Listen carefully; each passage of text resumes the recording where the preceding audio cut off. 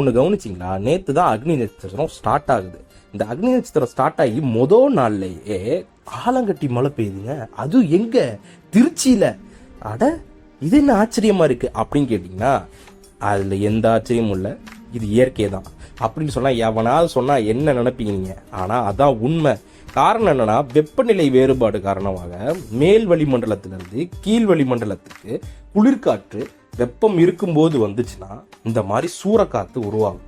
முதல்ல இந்த மழை பெய்யறதுக்கு முன்னாடி சூறக்காற்று வந்தது.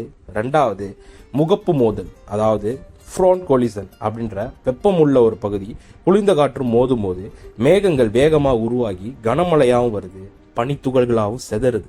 இதனால தான் நேற்று ஆலங்கட்டி மழை வெளுத்து வாங்கியிருக்கு.